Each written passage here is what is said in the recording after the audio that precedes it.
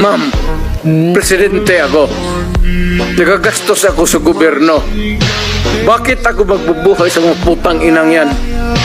Kung yung pera na ipapakain ko dyan sa preso, ibigay ko na lang doon sa mga tao dyan sa walang bigat. So mas okay Walang kung trabaho. patayin sila kesa ipreso Wala sila. mong pakialam dyan sa kriminal, ma'am.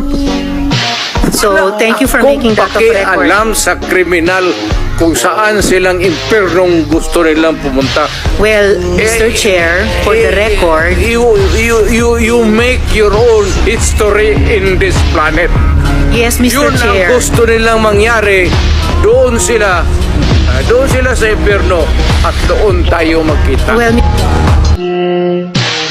Toki di pansto, baru pag